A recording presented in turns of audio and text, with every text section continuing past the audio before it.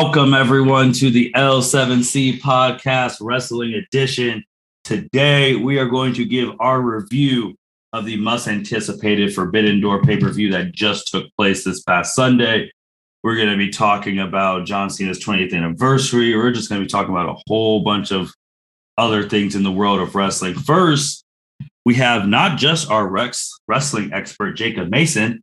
His lovely wife, Hannah, is back with us once again. So we have the Mason family. How are you guys doing today? We're good. How are you, Martin? Good. Jacob, your wife's back for her second pod ever. How do you feel? Good. We actually planned this one, and like the last one where it's like, hey, you want to do a podcast? Like 5 minutes before. Yeah, fuck it.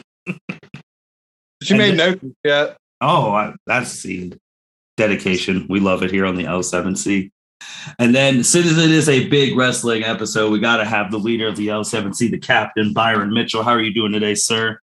I'm doing great. Ready to talk some wrestling and what's happening at Forbidden Door and what's going to happen at Money in the Bank. That is true. Let's get into it, man. Forbidden Door just took place this Sunday.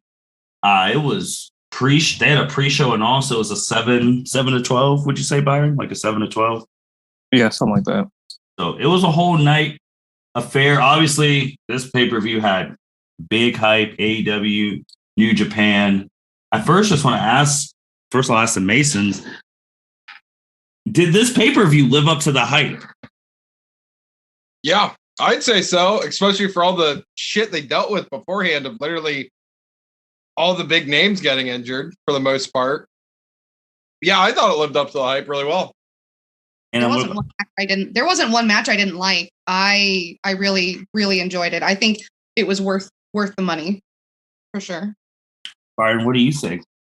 I definitely enjoyed every single minute of Forbidden Door. Like Hannah said, there wasn't one match that I disliked. I think they all had something great to add to the whole pay-per-view as a whole. So where do you guys want to start? Do you want to talk about the pre-show? Do you want to talk about the main show?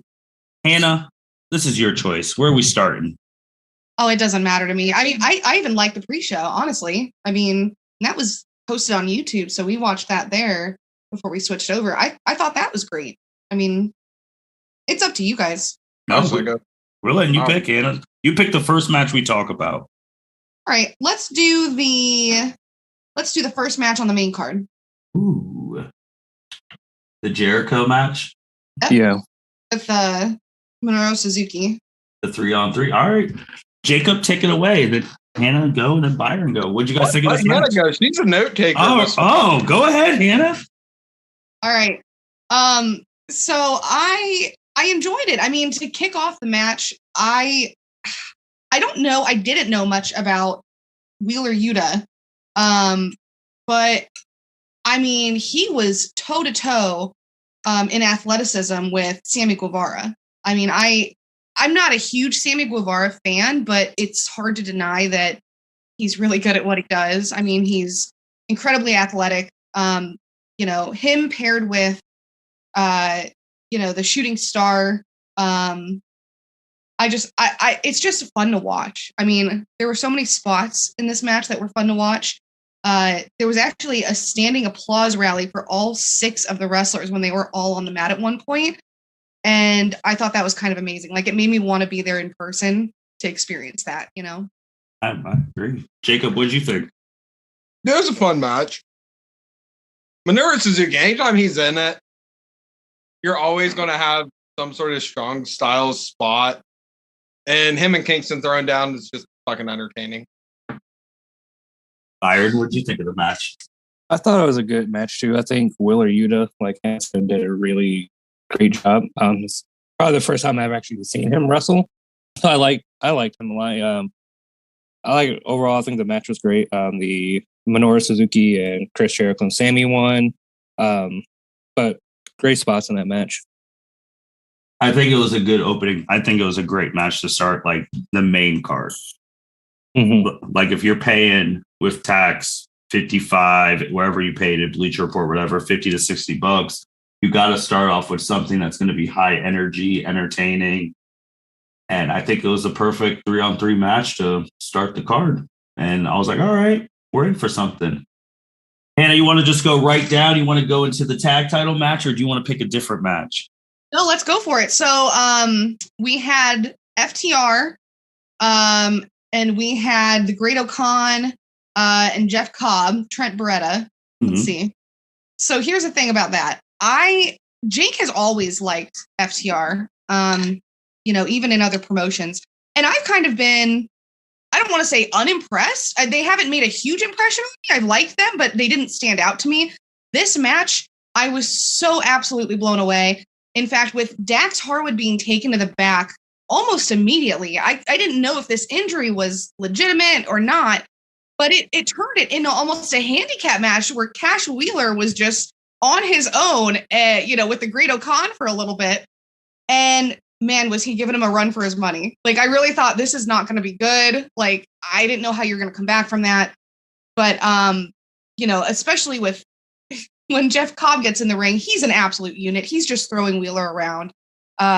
Really entertaining, but it was just almost like, I don't know. I don't want to say an underdog. I kind of expected FTR to pull it off, but when Dax Harwood got taken to the back immediately, I really didn't think that this was going to bode well for Wheeler. And I started, inherently rooting for him. Like, oh my gosh, like he lost his partner immediately. Like, I want to see him kind of rally. But it just, it was just a great match altogether. I also made a note that there were some vicious chops by Trent Beretta that I audibly gasped watching them. That's about all I've got for this one. I was real happy to see FTR win. Jacob, what'd you think? Yeah, that match was sweet. That match was a lot of fun. And it was really neat because you didn't know who was going to win. All three teams had really good possibilities of winning, whether it was FTR, Great O'Con and Jeff Cobb representing, was it United Empire? And then you got Rocky Romero and Trent Beretta with Roppongi Vice. Like, anyone can win that. So, like, the whole time you're like, all right, so who's going to win? Who's going to, who's going over? And when they took Dax out of the back, I mean, it turned out that was fake, but no one knew for sure. That was a sweet little angle. And then when he came back, I mean, even taped up, even the post-show press conferences that they do, he was still taped up, acting like it was real. That was awesome. That was so cool. And FTR going over, man, like living legends. They're such a throwback to the 80s, and I love it. It's awesome. Byron, what'd you think of the match? I think FTR might be one of the greatest tag teams in the wrestling business right now. I think I have, 3 different promotion belts. This was a great match. Like Jacob said, throwback to the 80s. No flips, just fists, which is a great tagline that they use in NXT before, that all went to shit. But I thought it was a great match. I enjoyed every single minute of it. I didn't know who was going to win at all. I was kind of rooting for Trent Beretta and Rocky Romero, like Trent Beretta and the whole best friends stable. So I kind of immediately want to root for those guys. But it was a great match. I'm happy that FTR won. Yeah, when they won, for me, because I know you said one of the best, I mean, I'll say it. I think they are the best tag team on the planet right now, even just because of mere accomplishments. Like, they've won every place they've been at, from AEW, Lucha Libre, New Japan, Ring of Honor, WWE, multiples. Like, they've won everywhere they've been at. So I think they are the best tag team right now off of accomplishments of this generation. I mean, this generation, you obviously got like New Day and like you have Young Bucks and all that stuff, but I think they're one of the top tag teams I've ever seen in my lifetime. And I'd probably, like, if you're excluding the 80s onward, I think they're a top 10 tag team of all time. And I don't think that's crazy to say. No, I agree. Jacob, do you think that's crazy to say? No, I think you're right. I agree with you. I mean, modern day tag teams, I mean, it really comes down to 4 teams. You have the Bucks. Yep. You have FTR. You have New Day. Mm-hmm. And you have the Usos. I mean, yeah. I feel like you 100% have to throw them on the top 10 last season. Oh, yeah. They're top 10 of all time. They've accomplished everything. But going down to this fatal four-way for the AEW All-Atlantic Championship, who I was not a fan that they are making this championship because I thought it was going to be trash. But the match was great. Malachi, Pac, Mirio, Clark. Hannah, what'd you think of this match? Okay, so I went into this not knowing who Clark Connors was. In fact, when they opened up with the promo, it just sounded like he was reading off the teleprompter. I did not like him out the gate. I'm like, what is this? I even wrote in quotes, Wild Rhino reads a teleprompter. And God. Who is Clark Connors? # we want Ishii. So this was my beginning. I'm just like, what is this? Like, I don't know who this is. He just felt like a fill-in. But again, like, this is coming from someone who doesn't know anything about the guy. He started out selling really well. That was the first thing I took note of. I'm like, okay, this kid can sell. I mean, he might be a long-lost Hanson brother. Like, maybe his intro song in the ring should have been Mbop. But aside from all that, the dude can sell. Okay? So then as time goes on, and he starts, what was the spot? I think it was when he put Miro through the table. Oh, crowd got excited for that. That is when I think really the pace, the momentum went to his favor and everything kind of changed, because not only did the crowd pop, they were chanting his name. And I was just like, wow, I don't even know how many of these people even know who this guy is. And they're rooting for him like, hardcore. I have here that he was running the show between him, Malachi, and Pac. And honestly, the only other takeaway I had from this, that black mist from Malachi to Miro. I don't know. It was really neat. I want to know where this story is going, because obviously it's going to have to, turn into something down the line. But that was amazing. And Pac's 450 splash was flawless. I was happy with his win. Jacob, what do you think? Dude, Clark Connors is the fucking man. He's a fucking legend. Like, I don't think anyone really knew who he was. I mean, he won like the New Japan breakout star thing for their California dojo or some shit, something along those lines. But like, dude is like looking like the New Japan version of like Cameron Grimes, so whatever. I didn't give a shit. I'm like, all right, well, he's obviously like the fall guy. He's whatever. But like, they just kept beating the shit out of him. Everyone was tearing him up. And he's really, Pac ended up winning, cool and all that. But the real MVP of this, the whole big storyline, might as well have been freaking Clark Connors. That guy went from nobody to somebody. Because when he put Miro through that table, crowd went nuts. And that, I was popping. I was like, let's go Clark Connors. Like, I'm all about it. I was on the Clark Connors train. For someone who's been gone for so long, Miro really didn't get the love I thought he was going to get. Maybe that was a me thing, but like when he got put through that table, I was like, oh yeah, dude, they don't want you. They want Clark. I didn't think that at all. I thought because Miro was taking like the big shots, on Connor. Like, I'm like, oh, like he's got, like Connor's got to do something big to Miro. And it just so happened, like, hey, you just put him through the table and the crowd popped, which I think is exactly what everyone wanted to happen. I guess. But I just felt like his end, like he didn't get like the pop I thought he was going to get during his entrance compared to others. For someone who's been gone for so long and then to come back, I'm just like, I almost thought he should have won, but no, he didn't. Byron, what'd you think? I thought it was a great match. Clark Connors is probably the future of whatever promotion he's going to be on. Like you guys said, the crowd popped when he put Miro through a table. I didn't think Miro would be put through a table by a guy that people barely know, but that is one way to get somebody over, have them take out a well-known name. I didn't really have anyone I wanted to win in this match. I'm happy that Pac won. I think he's a great wrestler. Deserves a title because he hasn't had a title in years. But. Yeah, I was excited when Pac won. I do want to say, I don't think he'll get to this point, but Connor wasn't even supposed to be in the match. So it kind of reminded me, since he was doing so well, and since this just happened a couple of years ago, obviously this person has more experience and all stuff, with Kofi Kingston, when he wasn't supposed to be in that match. And then everyone was like Kofi, and then Kofi Mania started, and we got that at WrestleMania. Maybe AEW seeing this, like, this Clark kid, we might have something here. Let's build, see how far he goes. And if it's something by this time next year, well, he won't be in the title match because CM Punk will be back and that'll be CM Punk versus Moxley. But if he's close to a title match, then they just found a new star. Yeah, I agree. He's good. I'd like to see more of him. Let's go to Jacob's favorite group, the Bullet Club, versus his other favorite group, the Dudes with Attitude. His two favorite groups going at it. You want Hannah to go first or you, Jacob? I'll go first. And can we just take a moment, just appreciate all that Sting is now? Because he's just a spot fest 63-year-old, and it's one of the greatest shit in wrestling right now. Yeah, he needs. When I saw him jump off that thing, I'm like, dude, you could die. Oh yeah, it's still real to me, dude. That man can legit die. At any moment.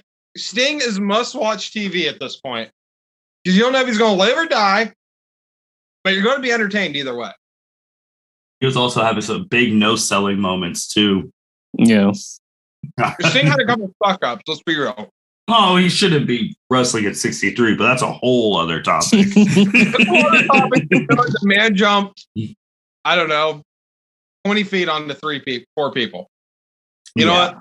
My fat ass ain't doing that. So you know what? Good for Sting. Oh, when he jumped, like I was like on my couch just laying there watching. I was like, oh. And I saw him jump. I was like, all right, I gotta sit up because I might see a funeral soon. Like this is dangerous. And I was sitting there watching. I'm like, I was already thinking. I was like, man, if something happens to Sting and they have to stop this pay-per-view, I have to get everyone on the phone. We have to get in an emergency pod as we speak. Like, dude, Sting's gone, man. And then they're like, oh, yeah, age limit on wrestling for the rest of eternity. But continue on, Jacob. But, all right, so Dudes with Attitudes might be the worst name ever made. Terrible. I don't know who came up with that, but it's god-awful. But it was a good match. It was a fun match. I was sports entertained. I was so sports entertained from this, from Sting's drop to the last bell, including his no selling, including his missed spots. I mean, it was a fun match. I mean, him and was it Hiroki Goto, however the fuck you say his name, that guy, those two going back like going after El Phantasma. That was awesome. That was fun. It was fun. Hannah, take a look. Yeah, I've never seen a Jackson match that I didn't like. I mean, Matt and Nick Jackson, and this gimmick they're doing right now, I'm going to be honest, the more douchey it is, the more I like it. And I don't know why. I don't know what that says about me as a person, but like I'm thoroughly entertained. Like the earrings that Nick Jackson wears, like it is so funny to me, the whole gimmick. And then them doing their whole, like their antics when they were scratching Darby on the back. I was laughing. I was like, this is so amazing. It's so great. But on top of all of that, you know, aside from being sports entertained, like Jacob said, I enjoyed the match a lot. And there were other moments, you know, that made me laugh more than, you know, laugh, but also be impressed at the same time, right? Like here's one that wasn't supposed to be taken serious, you know, like Phantasmo trying to twist Sting's nipples, but apparently they're made of steel or Sting doesn't have nipples. Either way, this is his superpower. I don't think he has nipples. Yeah, well, that and absorbing, you know, the Jackson super kick, like he no-sold that. And I'm just like, dang, like, you know, there's just some moments like the super kick. I love a good super kick. I'll be honest with you. Like, just, I don't know. It never gets old for me. Maybe it's because I'm still a fan. Maybe one day I'll be like, oh, another super kick, but it's not going to be anytime soon. So I love when the Jacksons, you know, do their choreographed, their super kick party. And so I had a great time watching it. And also Darby Allin, he's young. I mean, Darby Allin's he's already something, but I can't wait to continue to see what Darby Allin does because he's so great to watch. He's so incredibly talented. And I love his gimmick and his persona right now. Byron, what'd you think? I was just go off of Jacob. I was sports entertained. I like the Young Bucks. I know a lot of people not a lot of people. I know some people don't really like the Young Bucks, but I think they're a fantastic tag team. I think El Phantasmo fit in well with their gimmick for the Bullet Club. I think it was an overall fantastic match. You know, Sting did no sell some things. But I love a good super kick party. I will always be down for super kick party wherever it happens in AEW, WWE. Give me some good super kicks now and then. But I enjoyed the match. Next, we will go to the Women's Championship match. Thunder Rosa versus Toni Storm for the AEW Women's title. Just a couple weeks ago, we said there was only going to be one women's match on this card. We were right. We were wrong because we thought somehow Britt Baker was going to finagle her way into this or win the title. We were wrong on that. Toni Storm goes the challenger. Byron, I'll start with you, man, because, you know, representation matters, all that jazz. Are you okay with only one women's match on this major card? Like you said, I think we all knew it was going to be either one or two. It ended up being one. I think they could have had more. I know Tony Khan did try to work with Stardom, but like most of their people were booked in like travel issues. So I think they could have put another, like maybe a number one contenders match for the AEW Women's World Championship after on there, but it's not much you could do. Like if you're, promotion Stardom can't make it. Jacob, Hannah, what do you guys think about just one women match on this major card? I mean, it didn't faze me at all, to be honest. I mean, with New Japan, they don't have a women's division, and with Stardom being unavailable, it was kind of self-explanatory. I was fine with it. I feel like AEW does a pretty decent job trying to give the women opportunities on their cards, for regular pay-per-views. And with this being Forbidden Door, directly related to New Japan, I wasn't upset about it. Jacob? I'm okay with it. It is what it is. We called it a couple weeks ago. Of course, you couldn't understand a fucking thing I said during that podcast, but that's your No, it wasn't that one. It was last one Hannah was on. You could understand you. We said it on that one. Oh, yeah. Well, yeah, the one I said two podcasts ago where you could understand me. Yeah, we called it. We said it.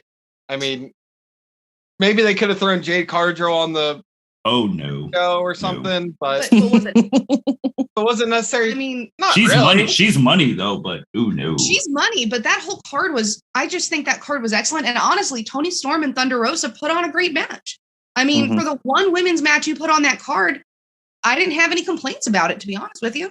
I will say Thunder, when it comes to pay-per-views, her ring gear, like when she presentation-wise, she puts in a lot of work. I like that with the champ coming out in special stuff during championship pay-per-view matches. Agreed. But no, I agree with you guys. I do feel the match was really good for the one women's match they had. And I was just like, man, I didn't know if Tony was going to work some magic and be like, oh, we're going to have this other match. Or like, I almost thought they were going to do a champ versus champ match promotion-wise, like having Rosa go against like Jordan Grace or something like that. I was thinking outside of the freaking box. Because I was like, how can they make this one women's match like really pop out to us? Because this match was in between the Bullet Club and Dudes with Attitude and then Orange and Cassidy, which a lot of people say it was a match of the night. So it's like you got to make an impression. And I think they did good. I think Thunder will keep that title until Baker's like, all right, time to give it up. But probably they are building up Thunder Rosa though. They are, and that's what we wanted. Yeah, that's what we need. I'm glad that title's not a hot potato title. Not yet. Mm-hmm. Not yet. We all bitch about AEW's women division and how they can always do better. At least they're trying to keep their champions like looking strong. That's true. I guess Jacob, on the flip side, on hot potato, it can't really be a hot potato because who could they pass it to? That's true. It's a double. Byron I thought you were about to think of some names. I was like, dude. I was trying. I was gonna say Ruby Tay. I like Ruby, but now she's done. Yeah. Tay ain't. No, not Tay. Mm-mm. Oh, fuck. Put it on Tay. No, Holy stop. shit. No. Yes. Yeah, the heat. The fucking heelness right now. Oh, That's no. true. Fucking to the moon. No. Ever since when Sammy had that title and Tay posted that picture, he's like, oh, we were in bed with the title. You don't want to know what got on it. I'm like, Jesus Christ. I mean, in her defense, Shawn Michaels did the same thing. In 19-something, not 2022. Who cares? I don't care about the year. I'm You with don't you, care, like, but the sponsors care. I mean, whatever. What? Anyway, Like- shout out to the women. Great match. Oh. But I want Byron to go first on this one because this was Byron's match of the night. I know for a fact. Orange Cassidy versus Will Ospreay for the IWGP US title. Byron, go ahead. But yes, this match was my favorite match of the night. Only for the fact because I did not think this match would go that hard. Because like Orange Cassidy, his gimmick is like being lazy and whatever. He's over with the crowd. But this man, when he wants to work, he can work. Oh my God, this match was amazing. Of course, Will Ospreay is Will Ospreay. I know like a lot of people are like, oh, why is Will Ospreay going against Orange Cassidy? It's not like a premier match for Will Ospreay, but man, it changed my mind about Orange Cassidy. I want this man to go to the moon. There's this one spot where like Will Ospreay did like 4 high flying spots in like 4 to 10 seconds, and it was amazing. Orange Cassidy had a couple near falls where he could have won. I was on the edge of my seat watching this match. It was so good. Like I would watch this match for eternity. I agree. And I would say also too, which I was going to say this in the next match. Well, not the next match, 2 matches from now with like Okada. There's a lot of people. This is their first time seeing a lot of these people on their TV on like a normal time zone time. Because if you wanted to watch them live, you had to do the time difference, see if you had the channel or watch it on YouTube. So for a lot of people going to the event and watching on pay-per-view, it was their first time seeing some of these people. Like my wife, she'd come down, she's like, who's that? Who's that? Never heard of him. Never heard of him. I was like, well, he works across on the other side of the world. She's like, oh, well, that's nice that they get to perform in front of people who don't get the chance to see them. And I feel like Ospreay's one of them. But good points on you, Byron. The Masons, what do you guys think of this match? Was it the match of the night for y'all? For me, absolutely 1000%. I was really looking forward to seeing Will Ospreay live because as the point that you just made, I don't think I have ever seen a live Will Ospreay match. I've only ever seen clips afterwards, after the fact. And I am a huge Will Ospreay fan. I mean, I think he's one of the best in the world, hands down. And he's still so young and he still has so many more years ahead of him. But he's just absolutely incredible. And, spot after spot, move after move, he is so athletic. It's like nothing phases him. But yeah, I really think that he brought out a caliber that Orange Cassidy has had, obviously, but like hasn't really shown us before. He brought that out of him, and that match was just, I was on the edge of my seat. It was nerve-wracking. It was breathtaking. I'm such a fan. I'm such a fan of Will Ospreay. But yeah, match of the night for me, 1000%. I could watch any Will Ospreay match and just be totally in awe. So I very much enjoyed it. I think it's what Stone Cold used to say, and he still says, man, you get the right dance partner with somebody and you see them go like the full potential come out. And like Byron says, like, oh yeah, orangey, blah, blah, blah. And then he saw him with Will and he's like, oh, so this is what the real Orange Cassidy can do when you get him with someone that they click with. But to go to Jacob, I think a long time ago, when me and Jacob like first started talking about wrestling, he told me, he's like, hey, you need to watch this Will Ospreay. I think it was against Ricochet. Yeah. Jacob's like, hey, you need to watch this Will Ospreay versus Ricochet. It's on YouTube, full thing. And it was like when I was first talking to Jacob about wrestling, I was like, all right, I'll check it out. And when I first saw it, I was like, whoa. So then you start doing the deep dive, you start checking out like, all right, what matches and blah, blah. And you start watching all the Will stuff, Ricochet stuff. So Jacob was the one who introduced me to Will all so long ago, too. That match was NXT was still on the WWE network when that was happening. But Jacob, what'd you think of the match, man? Oh, it was a banger. It's an absolute banger. Orange Cassidy's turned it on a few times in AEW. It's kind of like, I don't know. It's like when Finn Balor puts on like the demon. Mm-hmm. He knows when to crank it up.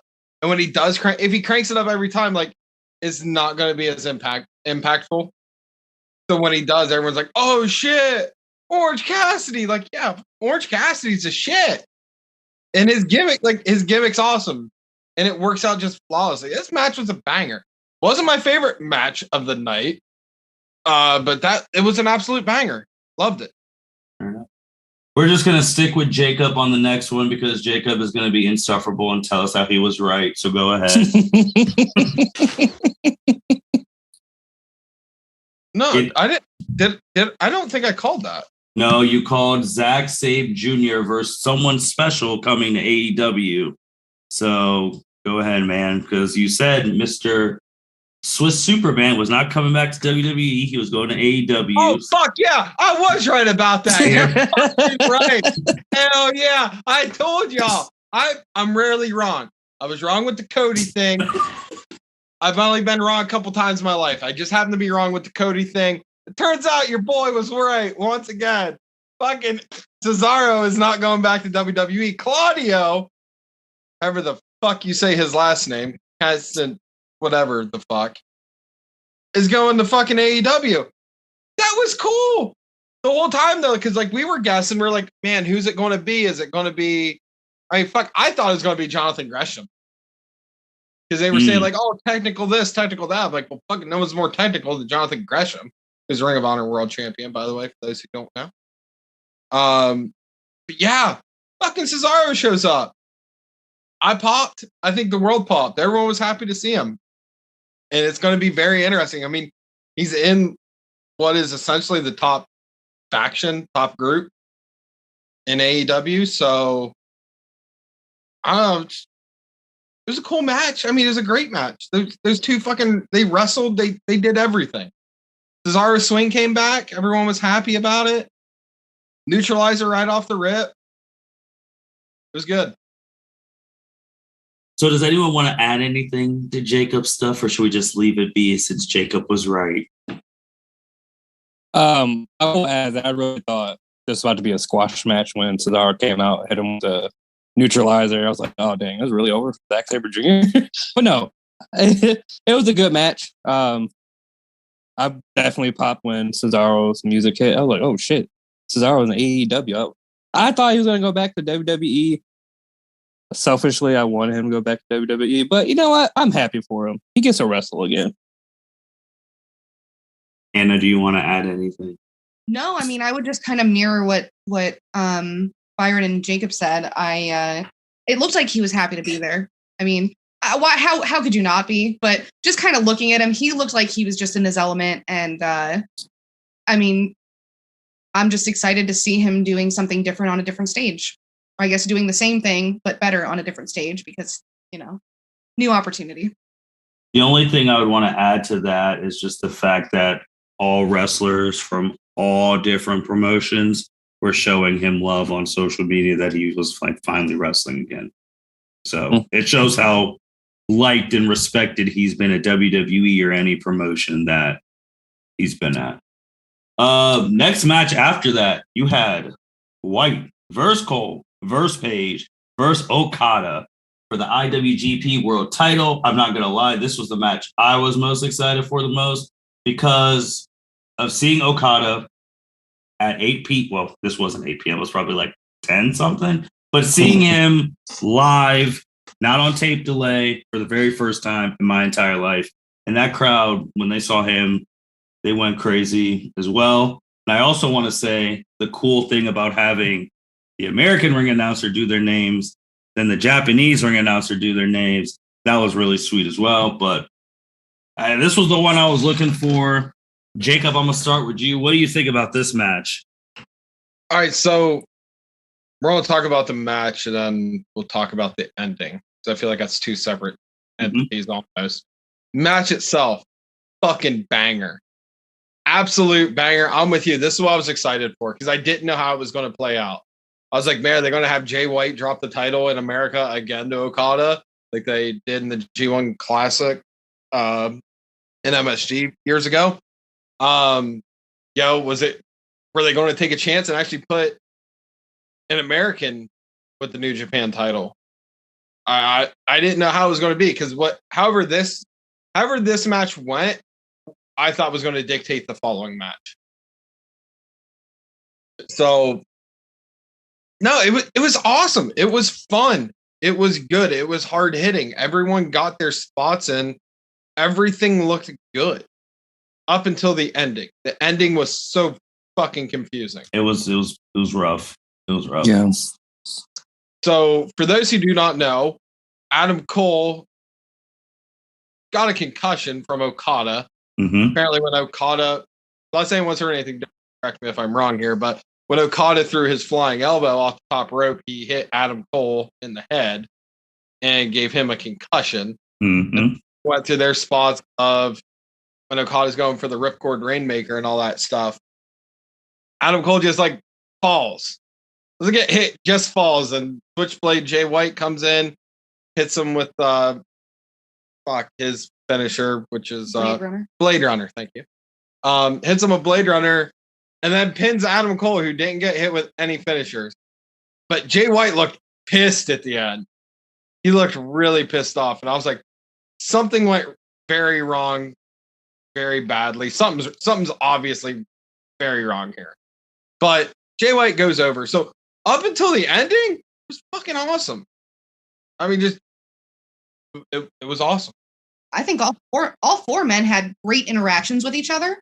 It was hard hitting and, it was nonstop. I think the crowd was, I'm sure that the people who were actually there, they had to have known at least a little bit about the New Japan wrestlers, right? Like when they had Will Ospreay, for instance, on AEW prior to the Forbidden Door, I didn't feel as though they introduced him or maybe gave a good background for people who didn't know who he was. So I popped really hard, but I was wondering how many people in the crowd really know who these people are.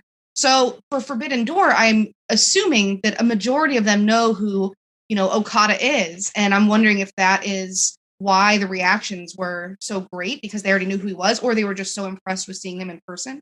But up until the finish, I thought it was fantastic. I know that at that finish, Jake and I both kind of looked at each other and were like, something's wrong here. Like, I don't think that's how this was supposed to end. Byron, what'd you think before I say something else? Overall, I thought the match was great. Actually, the reason why I wanted to buy Forbidden Door was because I wanted to see Okada wrestle live because, I've seen his matches on YouTube and all that, but, that doesn't give you that live experience and crowd reaction. So this is why I wanted to buy Forbidden Door. I thought the match was great. Everyone looked good. Great match up until the ending. I definitely didn't know Adam Cole had a concussion. I thought, because I knew he had a shoulder injury, so I just thought his shoulder was messing up, but that, being concussed does explain the ending so much better. But outside of that, great match. Jay White definitely looked pissed because he literally just sprinted down to the exit. But I'd watch this match again. It's funny too. When I went into this match and they announced Hangman Page, I instantly got pissed. The reason I got pissed because a couple of weeks ago, how I was bitching about it, because he should have been in the main event of this damn fucking show. So I was sitting there, I was like, I was like, ain't no way he's gonna win. No way. So then he doesn't win. I'm like, all right, whatever. Jay White retains. And then I got mad again because I'm like, Hangman Page literally lost this fucking title and is not in the main event for the damn title. I was like, where the hell do they do this shit at? But then match was great, but I'm over here trying to just defend my man Hangman Page because he deserves his title back, damn it. Yeah, I'm with you on that one, but did you notice Adam Page had the quietest reaction out of all the entrances? Yeah, that kind of well, I knew he wasn't going to get a bigger one than Okada. Adam Cole has Adam Cole, baby. Jay White, I was like, damn, Jay White even had a bigger. That did surprise me. It did. That one surprised you too, and I know you're a big Adam Page fan. I'm a big Adam Page fan. That almost kind of made me feel I was almost kind of sad about that. I'm like, dude, that whole crowd should be just chanting cowboy shit nonstop. Yeah. Yeah, I feel like this motherfucker didn't carry you for the. Oh, I'm sorry to get mad again. We lose the better. We lose the title one time, and then we're chopped liver. And then to Mr. Khan, dude, John Moxley scored this high on the ratings, so that's why he's the number one contender. Okay, he's just who had the belt last? Okay, not John Moxley. Hangman. Okay, Hangman. But he's fourth on the contenders list. How do you go from holding the title to fourth? That math is terrible. Yeah, that doesn't make sense to me. That's worse than WWE logic. That's when Khan was having UFC booking or UFC rankings. Oh Jesus! I mean that shit don't make sense either. Sometimes UFC is hey, if we have you fighting this main title fight, are you going to test positive for something? No. All right, you're in. Just saying, but man, let's go to the main event. Moxley versus Takanashi. I'm not gonna lie. This match I was not excited for because it was a foregone formality who was gonna win this match. Like they would have shocked the wrestling world if Moxley would have lost, but ain't no way he was going to lose. True. But Byron, what did you think of this match? I felt like the exciting stuff happened after the match. Yeah, this match was a match. Definitely knew John Moxley was going to win because they're setting up John Moxley versus whenever CM Punk comes back from rehabbing and all that. I thought it was a good match. John Moxley got bloody as hell. I think Tanahashi hit him with the elbow and broke his skin, but he was bleeding for like half of the match, or a lot of blood loss. Excellent performance. There were some moments I thought Tanahashi was going to win. I thought he's a great performer. It was my first time seeing him live or seeing him wrestle at all. I thought he put on a great performance. John Moxley is amazing. I'm a big John Moxley fan. So I liked the match. Probably not my favorite of the other night, but it was a good match.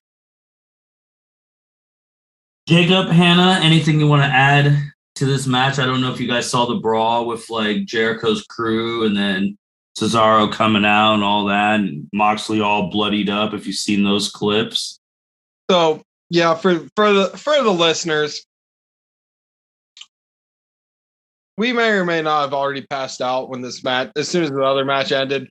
We may or may not have just been asleep on our couch. I was very tired, but I will say this. I feel like John Moxley, his personal goal every time he steps into that ring is to draw blood, whether it be his own, usually his own, or someone else's. And I think he takes a lot of pride in that, just like throwing his body, into whatever he can get it to, get himself to bleed. But damn, does he put on a good show. And we didn't see as much of it as I would have liked to, but it just, if he wouldn't have won, I would have been shocked. So the outcome didn't surprise me. Yeah. So when I woke up from my little nappetizer I had there, I woke up to John Moxley like in the corner with the title, bloodied as hell, and then I seen the aftermath of the Jericho Appreciation Society showing up, and then the Blackpool Combat Club showing up, and Cesaro showing up, and all that stuff, and all that wildness, and then the Eddie Kingston and Cesaro shit that was happening. That was good time. So yeah. Oh, I guess we should start calling him Claudio though. Don't want to be good old JR. Yeah, because since JR was calling him Cesaro during AEW television on a Wednesday. Yeah. He does get a pass. He's allowed to do whatever the hell he wants, but Right. So I guess so what would you rate this pay-per-view? Like what would you guys rate it? I would give it a 9. Okay. Give it a 8.5. Oh, okay. I would say a 9. And I mean, solely for the purpose of I got to see people that I've seen on YouTube live for the first time. And I just thought that was such a neat experience for me. To see them in our country, in our time zone, having matches in real life, in real time with AEW wrestlers. I just thought that was so neat. So that would substantiate a 9 for me. I agree with you, Hannah, that the fact that 90% of the majority of these fans never seen these people like on our time zone, all of that. So this chance was great. And obviously, too, the venue. I mean, anytime you do a big wrestling show in Chicago, it's going to be special, especially if the people deliver. I really enjoyed this Forbidden Door. I don't know. Well, we'll see if it becomes a yearly thing. But no, man, it was fantastic. It was fantastic. So we're going to jump around, though, a little bit. So jumping then to WWE, this Saturday, Money in the Bank is taking place. And we're just going to talk about the briefcase matches. We're not going to talk about any of the other matches because the other matches are foregone conclusions.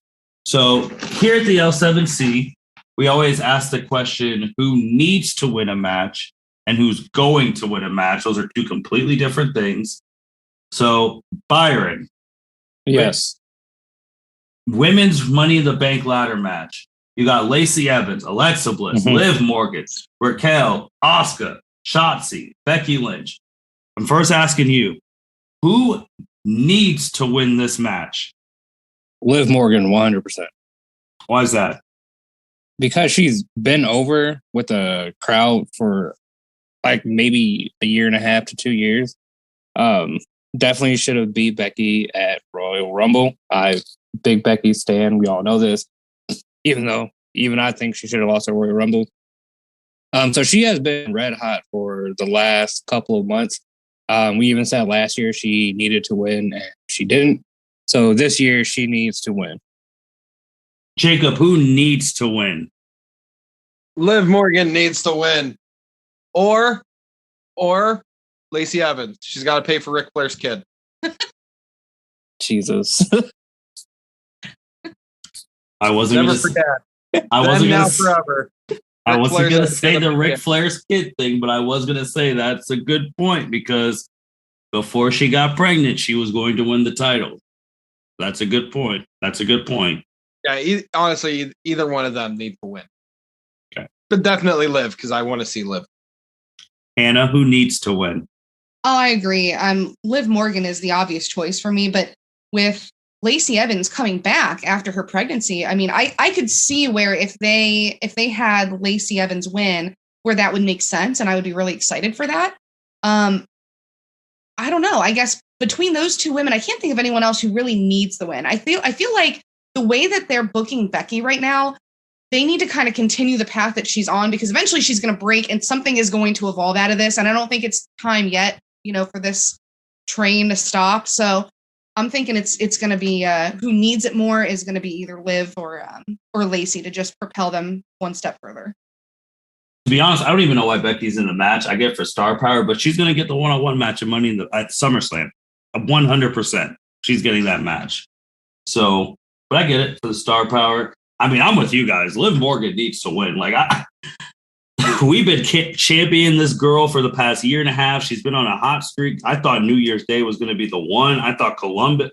Like, she needs to win this match, especially if you want a huge, huge pop. Liv Morgan winning and the chance that one day she could become champ, that's what needs to happen. But now the real question, Jacob, who's going to win Money in the Bank for the women? Honestly, I think it's I think it's going to be Liv. I do think Liv's going to be the one to win it because Becky doesn't need it. Asuka doesn't need it. Fucking Blandy McBlanderson doesn't need it. She won't win. Let's just her and Shotzi are out. They will not win. Yeah, they're not going to win. They don't need to win. They have no reason to win. It literally comes down to Liv and Lacey. What about Alexa? Fuck, I forgot. That's how you could reestablish her because remember, we've bitched for almost a year about like she was winning titles and then they just say, "All right, F you, you're out of here." Mm-hmm. Yeah. No, I'm sticking with Liv. Liv needs to win it and she's gonna win it. Sticking with Liv. Hannah, who's going to win? Listen, WWE booking, there's, everything's made up and the points don't matter. So I don't know. I could see them putting Alexa Bliss over for the simple fact that, we are going to try something different with her because we're always, well, not recently, but they did the whole thing with her and Bray Wyatt. They're always pushing her into something. She's always, aside from when it was always Sasha Bailey, Charlotte. I feel like, and I'm not a huge Alexa Bliss fan. Maybe I should make that known. Alexa Bliss is whatever. I don't think that she is as talented as people make her out to be. And Her husband has her in the top 10 women of all time. I think we all did. It's just my personal opinion. I'm not an Alexa Bliss fan. So doesn't like Alexa Bliss because I think she's friggin' gorgeous. First of all, that's an entirely separate issue. What is happening? Second of all, she's just not that great of a wrestler. She's not believable to me. Like I don't know. It's just one of those things where like I'm not as convinced when I see her in the ring with somebody like, I don't know, Charlotte. I mean, I might not really even like Charlotte all that much, but she's more believable to me with what she does in the ring and her influence and, everything else over other women. Now, Alexa Bliss, my favorite role with her was with the Bray Wyatt angle. So with them bringing her back, and I'm not exactly sure what they're trying to do with her at this point. I mean, does anyone really know? Like, I could see them putting her over just to like change the course of her storyline a little bit and give her other opportunities. But WWE logic, if they want to put over Lacey or Liv, I'm here for that. That's what I would prefer. But do I think it's going to happen? No, because I'm usually disappointed by a WWE result. So, fingers crossed and hope for the best, I guess.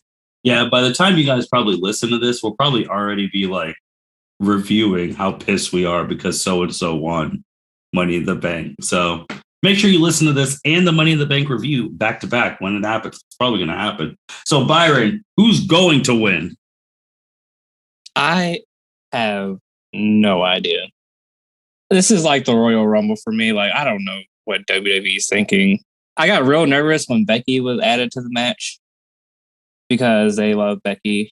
But I don't, like Hannah said, I don't think it's time for her to win the title yet or be in a title match yet. I think she still needs to go through this downward spiral, which she's been doing great at. My favorite moment was from this past Monday when John Cena was walking around. She was just sitting on a little crate thing, just solemnly clapping for his return, which I thought was amazing. Hey, Fabe. Yes. But I am going to say that Alexa Bliss is going to win it. It's just a shot in the dark. Well, I want Liv to win. We all want Liv to win. But Ric Flair's baby mom is going to win. Lacey Evans is going to win Money in the Bank. So happy you finally acknowledged her. I try, man. Acknowledge her for who she is, Ric Flair's baby mama. I mean, she left to have his kid if we're keeping the storyline going. That storyline will never die in the L7C. God. It'd be crazy, though. Tie back into a couple podcasts ago when we were talking about Bray Wyatt's cryptic tweets. Mm-hmm. What if Alexa Bliss was at the top of the ladder, no one's around, lights go out, he comes back on, and it's the Fiend. He just falls off. That'd be, as much as I don't want to see Bray Wyatt back in the WWE, holy shit, that'd be sweet. That'd be kind of crazy because the Money in the Bank that I saw live in 2015 when we got to the men's, Roman was about to win and Bray was feuding with him and the lights turned off. Bray came, effed up Roman, and then Sheamus freaking won, which that was terrible. But but speaking of that, let's go to the dudes. We got Seth freaking Rollins, Drew McIntyre, Sheamus, Omos, Sami Zayn, Riddle, and to be determined. Jacob, I'm going to start with you first. Who needs to win for the men? Is the last person just a straight up mystery opponent? Yep. Fuck, is it Bray? People are, we're going to this other topic. Byron brought the point it might be Logan Paul. I was just going to say that. Oh, yeah, that's true. All right, so who needs it? Mm-hmm. Fucking Sami Zayn winning it would be a lot of fun. Matt Riddle winning it would be awesome. Fucking Omos doesn't need it. I can't stand him. Seth has been carrying the company though, so I could see him actually winning it too. I don't know. Sami Zayn needs to win it. I'll say it. We're going with that. Okay. Hannah, who needs to win? Agreed. Sami Zayn. I think that he needs the win more than any of those other men that are currently billed to have the match. And he's in the bloodline too, so you know. Dude, no. That is a funny storyline. Something. Correct me if I'm wrong. He's still in the bloodline. That is funny. It is a funny storyline. It's a funny storyline. Yeah. It's great. Byron, who needs to win? I think who needs to win is between Sammy and Riddle. Okay. Because Riddle just came off that loss to the tribal chief. Well, I can't even think of his name because he hasn't been there in a while. Roman Reigns on a random Fridays night SmackDown. So I think he needs to win to get back in the title picture because he can't challenge Roman anymore for the title while Roman has a title, which will probably be for another 10 years. Sami Zayn hasn't really won anything in a while. I think the last thing he won was an Intercontinental Championship last year for like 2 weeks. So Sami Zayn or Matt Riddle need to win. I agree. I think Sami Zayn. Riddle's on a little hot streak. I think Sami Zayn needs to win. That would add so much dynamic to him being in the bloodline with the briefcase. Like, I'll never cash in on you guys. And then they always have to watch their back. But now, Byron, who's going to win? Seth doesn't need to win, but he's probably going to win because he has been red hot this last year. Royal Rumble, Mind Games, the whole Cody Rhodes trilogy was amazing.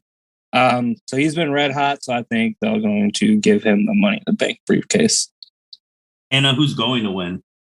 I agree with that. I think that Seth Rollins, for me, would make the most sense.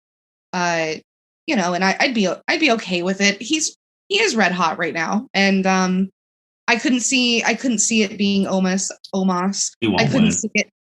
Yeah, I don't know. None of the other ones. I guess Riddle would make sense to me, but I think it's going to be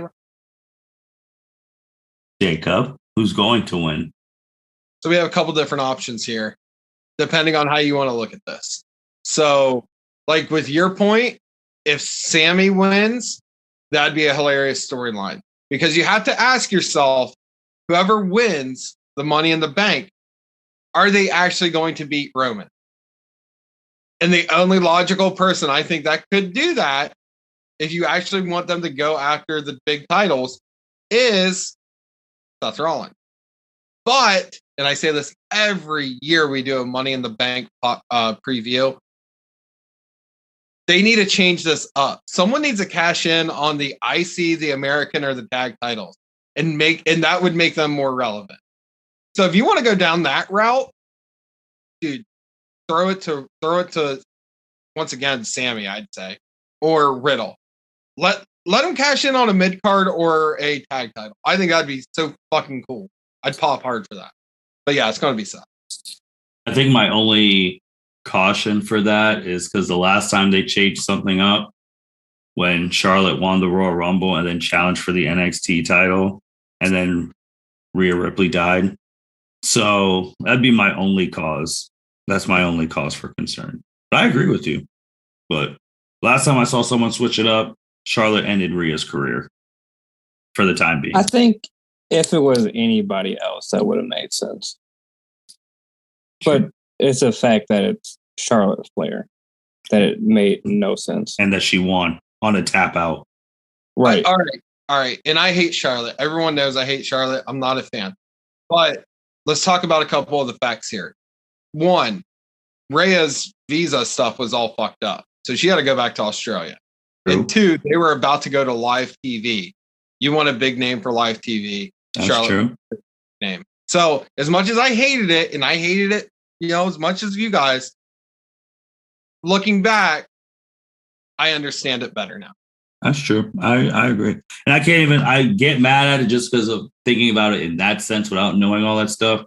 It also helped too that Charlotte was literally on every single show. Like she went to SmackDown, Raw, and NXT when she was NXT champ every week. So she was doing her job. But my thing, I think Seth's gonna win. I think he's a smart betting person. I should have brought up the Vegas odds, but I think Drew could win so he could do the whole chivalry thing, like, oh, I don't have this match, blah, blah, blah. Now it's official. You can't run for me, Roman. You, me, and that London pay-per-view. I'm cashing in there in front of my home crowd, blah, blah, blah. And then he takes 2 spears and loses. But I mean, it is what. But I think Seth's gonna win. I don't even think To Be Determined has any shot unless this person is. Unless it's that changes everything if it's a big name. But yeah, I think it's going to be Seth. And Seth, like Jacob, you said it, and Hannah, you said it too. If Seth wins, I could actually believe he could cash in successfully. For all we know, he might relive history, and he might cash in that. He might cash in a SummerSlam with Brock and Roman. He might do it all over again. Yeah. Oh, that would be wild. That'd be storyline over because God, bro, nobody wants to see Brock Lesnar versus freaking Roman Reigns in a no holds barred for the 18th time when you already know the result. Brock, it's different. I was gonna say this is a new variation of Brock that I'm okay with. I'm okay with watching. So if we're doing the new variations, that means we're on match 2, which means they're at least gonna get 2 more since we're doing Cowboy Brock, which I like. I wanted him to win at WrestleMania. Same. That I can't believe I'm in a time where Brock Lesnar comes to work more than Roman Reigns. I cannot believe I am in that time. This is but who's a heel and who's a face? Dude, but Brock Lesnar was Brock is definitely the face. He is exactly. He's coming to work more than Roman. Dude, he's the only heel. Oh my God, we are not about to give these 2 the only heels that don't have to come to work. All the other heels come to fucking work. Does it piss you off? Oh, dude, absolutely. Seth freaking Rollins is a heel, and he walked up. He's like, "Hey, John, remember when I broke your nose?" Like, dude, who starts a conversation like that? I'm just like, all the other heels come to work.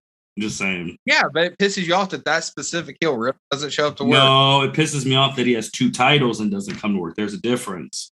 Right. Yeah, but you're still pissed off. He's doing his job. I wasn't this mad about Brock because he only had 1 title. He only had 1 title. I'm just saying. I just like annoying you at this point with it. It's not. No, it's just the fact that, like Hannah eloquently stated the first time, it's the fact that Roman has 2. If he only had 1, I really wouldn't give a shit because I already know what it's like. But it's the fact that he doesn't come to work. Ronda barely comes to work. I already know Ronda time up. In a couple of weeks when Charlotte comes back and takes that title from her, at least I know she'll be gone. But will she though? Ooh. Bro, when Charlotte comes Ronda. back, she's beating. Oh, Ronda. Yeah. That's easy money. We're going to be so close to our prediction. She is going to be at 16 titles by the end of this year. We are like 2 away. I know it's true. I don't want it to be true.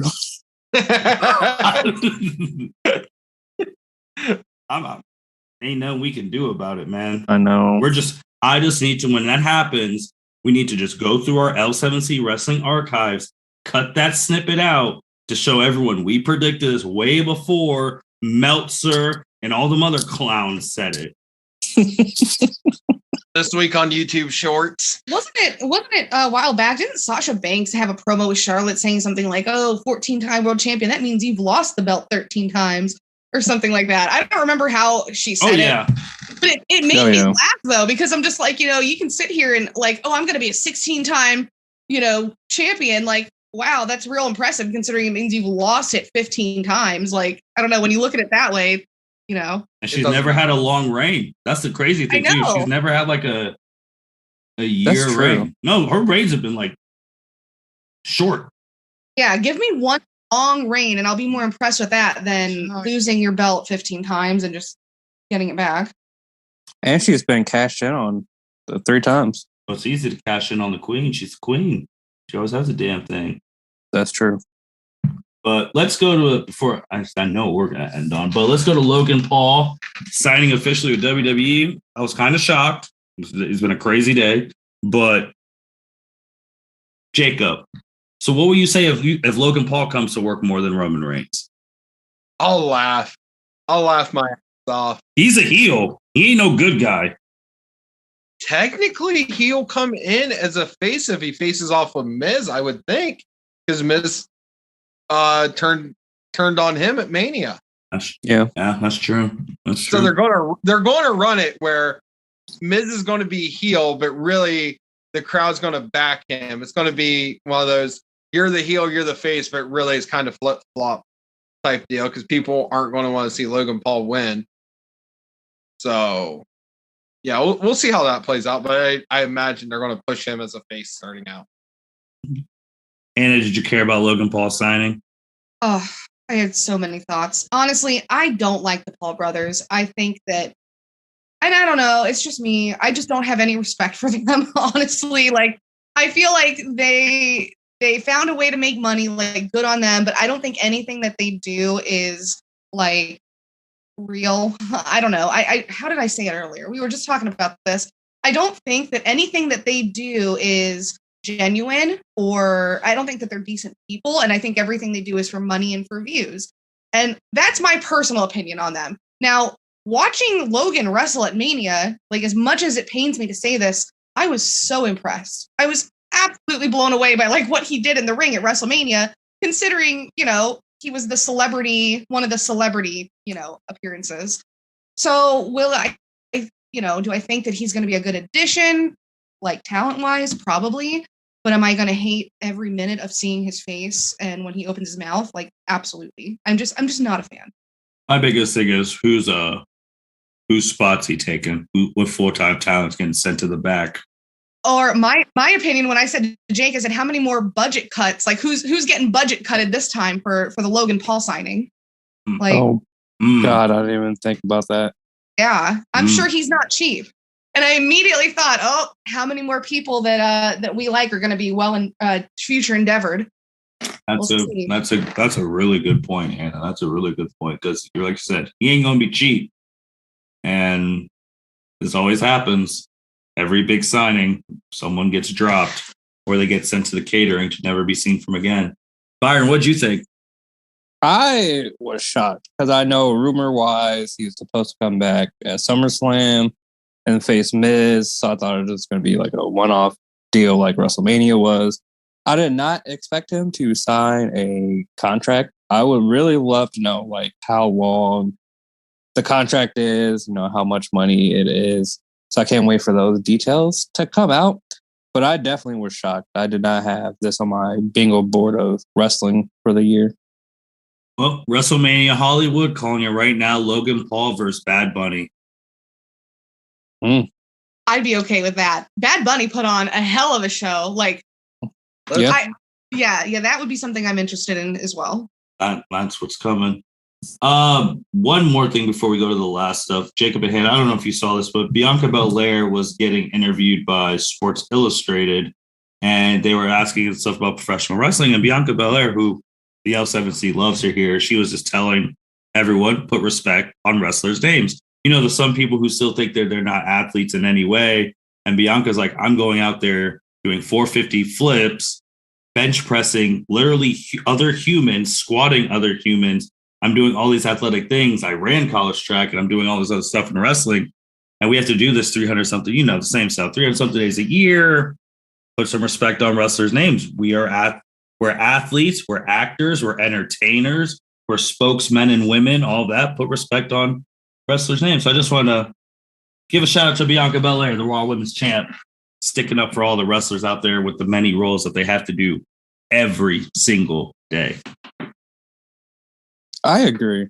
I rest respect on wrestlers' names because there's stuff they do I know I personally can't do, like do a 450 splash off the top rope, miss, and get back up to do another move. I can't do that. Or my favorite move, the Spanish fly off the top rope. I can't do that. So definitely put respect on their name. They're athletes, entertainers. They have to follow scripts, or they're actors. I definitely agree with what Bianca is saying. And they're live most of the time. There's no cuts. And hell, you're talking about like another sport, which I do love, basketball, the NBA. People sit out for rest days. Cody Rose just wrestled 30 plus minutes with a torn pec. And put on a hell of a match. Like, so, yeah. Jacob, Hannah, anything you wanted to add to Bianca telling the world to put respect on wrestlers' names? No, it's good shit. I mean, glad she said it because it's real. Like, yes, we know the outcomes are scripted, but that being said, everything in the ring is still real. You're still doing shit. Yeah. My fat ass ain't doing that. Listen, those bumps are real. Like, just because the outcome is predetermined doesn't make them any less of an athlete. Like, you know, if you give your full attention to just one match, you know, a women's match, you can see that, you know, they put their heart and soul into this. Like, maybe not everyone is athletic maybe as Bianca Belair. You know, she did the college track, she did powerlifting. I think that's how Mark Henry discovered her was but God, she's fantastic. But, you know, all of those women, they work their asses off to be able to be at the caliber that they are. And that's not including, you know, everything they have to do on the back end with the promos, you know, with being in front of the camera, with their lifestyle, you know, in order to maintain their physique. Like, there's just a lot that goes into it that if anyone doesn't consider them an athlete, I don't understand where that, you know, how you would come up with an argument for that. Right. And the last thing for the pod for today, 2 anniversaries actually, which changed the course of wrestling from 2000 and in the late 2000s. This day, well, actually, June 27th, now 11 years ago, the CM Punk Pipebomb, which obviously changed everything forever. We talk about pipe bombs and promos. Probably the best pipe promo we've heard in the 2010s is like adults. Well, yeah, I guess we were all adults by then. 2000, close, yeah, close enough, close. So obviously a big day in wrestling. Then obviously this past Raw, the 20th anniversary of John Cena's debut to the day. I mean, it was kind of, all the reports are like, oh, morale is back because John Cena is coming, or the place is sold out, or things like that. And then while obviously I said this last year, and Jacob and Byron were on when I told John Cena not to think about coming back because he's going to save these clowns and give them all this money, and which he did. But I was like, man, Vince is sitting there. I hope he's not using my goat's money to pay for that fucking secretary. I was really thinking about it. No. I was really thinking about that. So I was just like, you better not be using John Cena's proceeds to pay that other girl's salary. Oh, I was getting mad. But man, it was a monumental occasion. Everyone came out, everyone saw him, everyone giving him love. It shows how much WWE loves John Cena because they reached out to Khan to get Bryan Danielson, Jericho, and Big Show's video on it, which Stephanie McMahon asking anyone for favors like that is out of the ordinary. So, but for this guy, news meant a lot. So, Byron, what'd you think of the anniversaries of the Pipe Bomb and Ruthless Aggression? Like you said, the CM Punk Pipe Bomb is one of my favorites. I watch that every once in a while. I definitely forgot to watch it on the anniversary.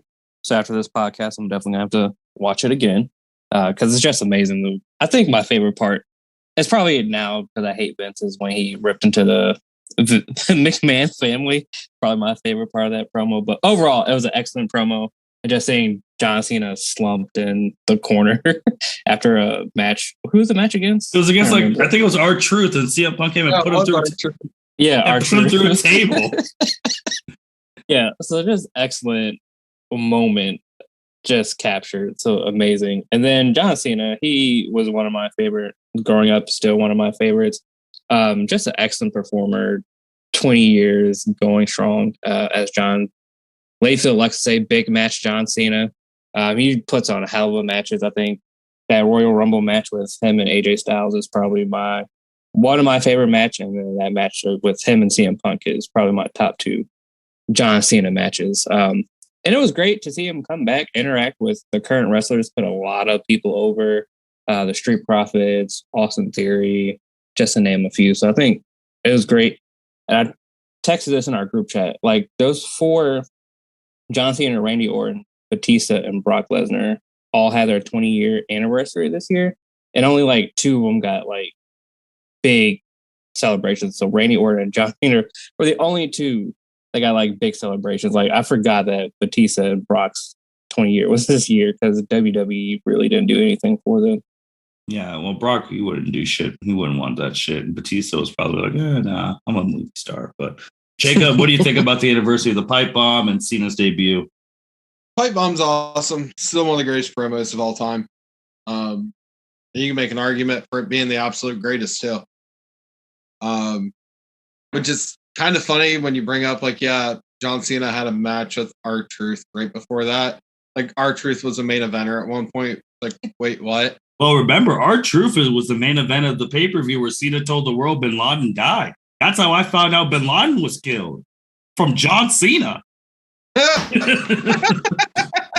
I'm sitting here watching the pay-per-view and he's like, oh, I've just been told that we've taken out Osama Bin Laden. I'm like, what the fuck? And then I get the alerts from I'm like, holy shit, John Cena killed Bin Laden.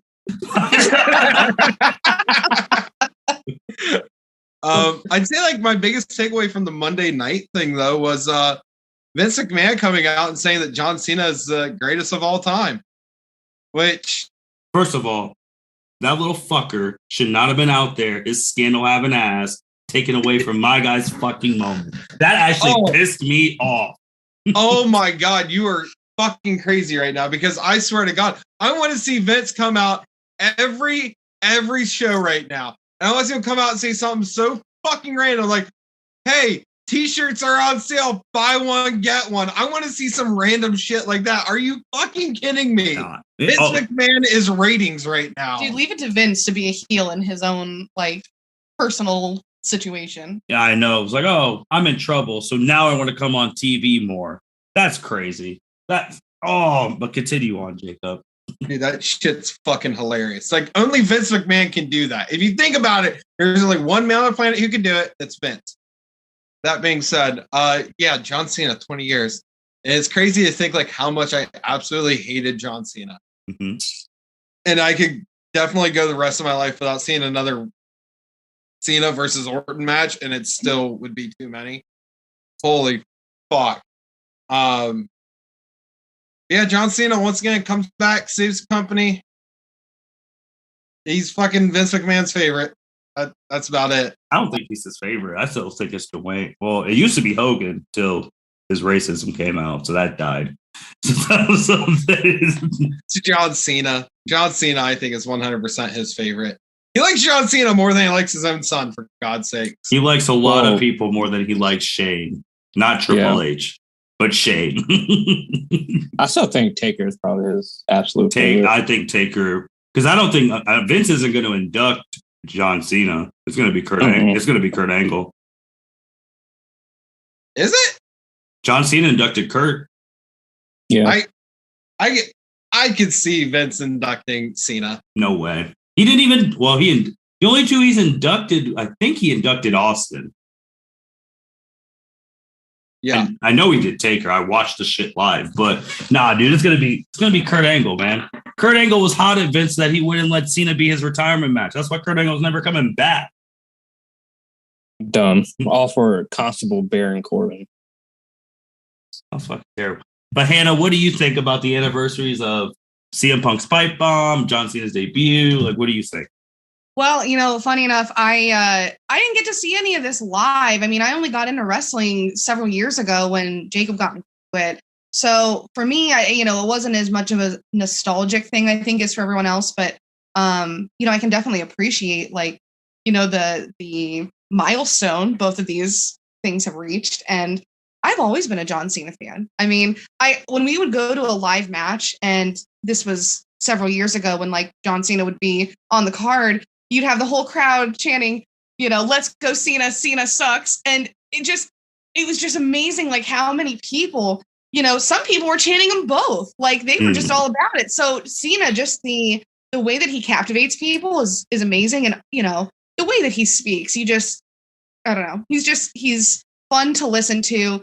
He's fun to watch. I think it's cool. I was always okay with him being a part-timer. I feel like even when I started watching a few years ago, it never bothered me because anytime he would come around, he was always just so good. I was always so excited to see Cena.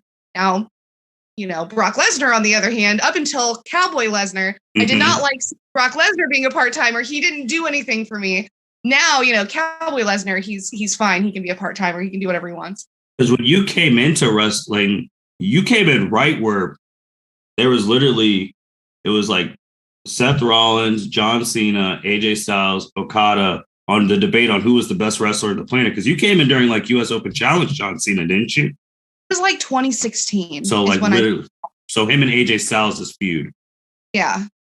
And so I from what I did get to see, I loved it. I mean, I didn't get to see all the beginnings of John Cena. What was his Thugonomics. Yeah. Doctor of Thugonomics. When he smacked Stephanie McMahon's ass. Oh my God. They do that shit now. They'd be canceling the show.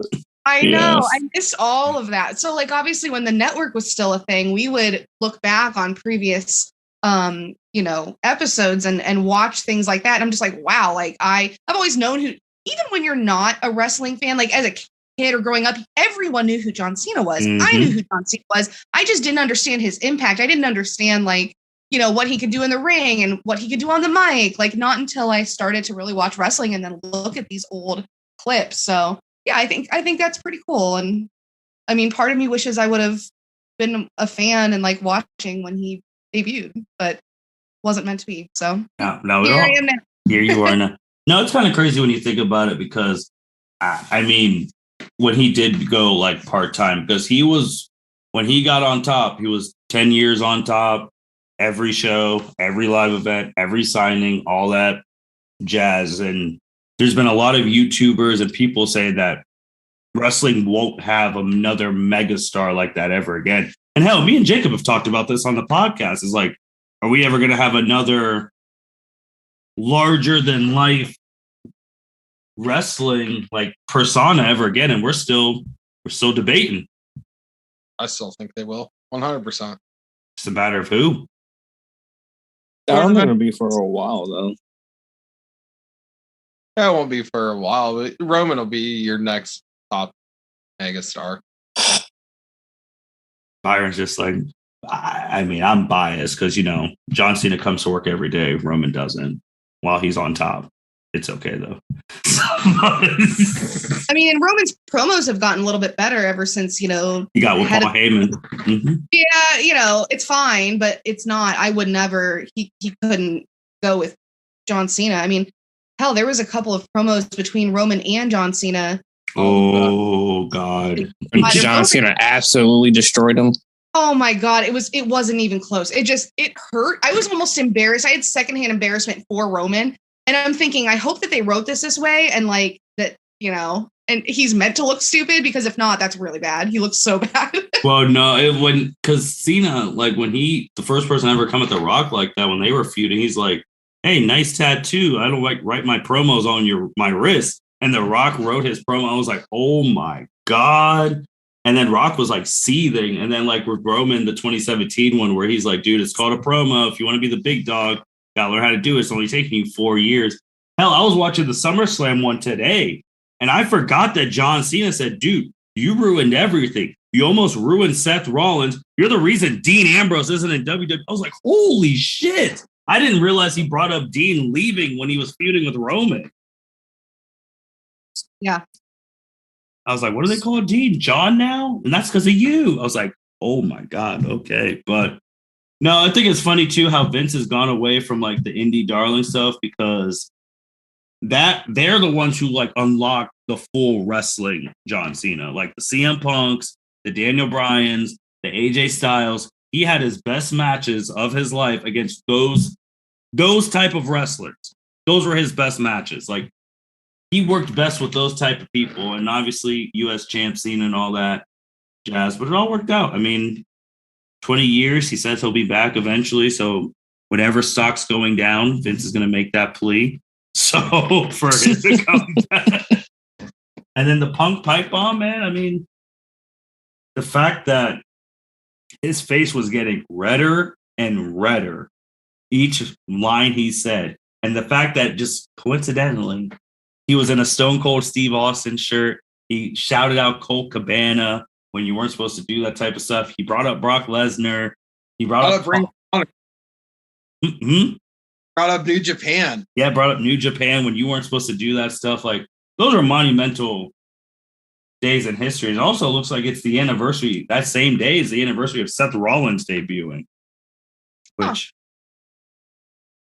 a lot of anniversaries. a lot of crazy things. Can't wait for SummerSlam when John Cena puts over Austin Theory. You know what's happening. Oh, absolutely. 100%. And then Austin's going to win the Royal Rumble in 2 years. Will Roman still be champ? now? And no, because Jacob, Rock's going to win this year. Oh, I thought Cody was going to win this year. No, Jacob's staying with The Rock. I think Cody's going to win if he comes back.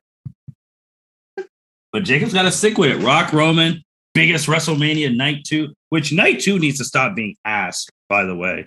This night 2 shit has been, night 1 just needs to be the only night. Night 2 can go home and be on Raw.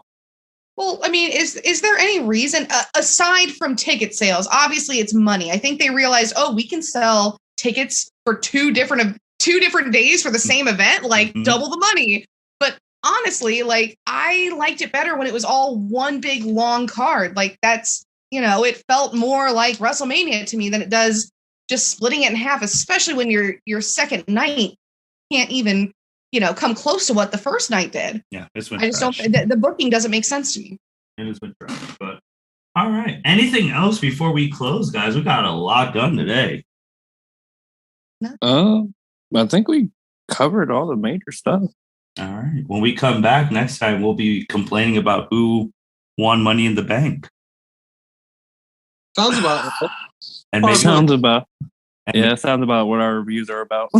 and maybe we'll have it'll be a weird time because we'll be coming back saying who won Money in the Bank and also previewing SummerSlam because Money in the Bank starts this month and SummerSlam ends this month, which means, man, Jacob's going to be busy. But with that being said, thank you everyone for listening to the L7C podcast. Thank you, Jacob, Byron, and Hannah for coming back on the pod. We do like having Mrs. Mason on the wrestling pod. It gives a new insight to the world of wrestling. Make sure you like, rate, comment, subscribe. Let us know who you think is going to win Money in the Bank. And who you think now, when we go for Money in the Bank, by the time you listen to this, who's going to win at SummerSlam? We know Roman's beating Brock, but will there be a cash-in? We'll have to wait and see. Thank you, everyone, and take care. Thank you for listening to this episode of the L7C podcast. Be sure to like, rate, review, and subscribe to the channel. Follow us on all social media platforms, and we'll be talking to you guys soon. Take care.